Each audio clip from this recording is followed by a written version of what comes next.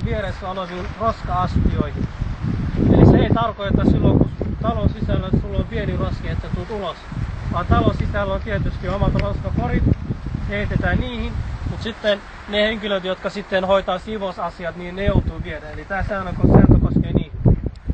Sitten palohälytin. Palohälytimen kuittaus tapahtuu seuraavasti. Paina kuitausnappulaa 20-30 sekuntia ja hälytysääni, tämä asia ei koske teihin.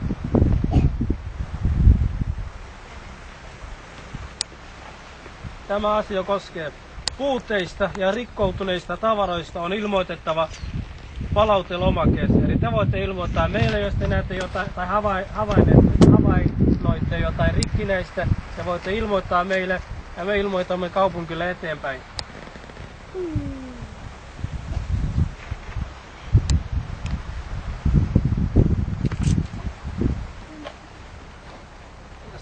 Siivouksen lämminlyönnistä veloitetaan käyttäjältä siivouksesta. On oma valvoja, jotta ne kysyvät kaikki miten ne haluavat ja ne kuuntelevat sitä tarkasti. Ne, jotka ei kuuntele, täällä on autoista valmiina, että ne vievät kotiin takaisin.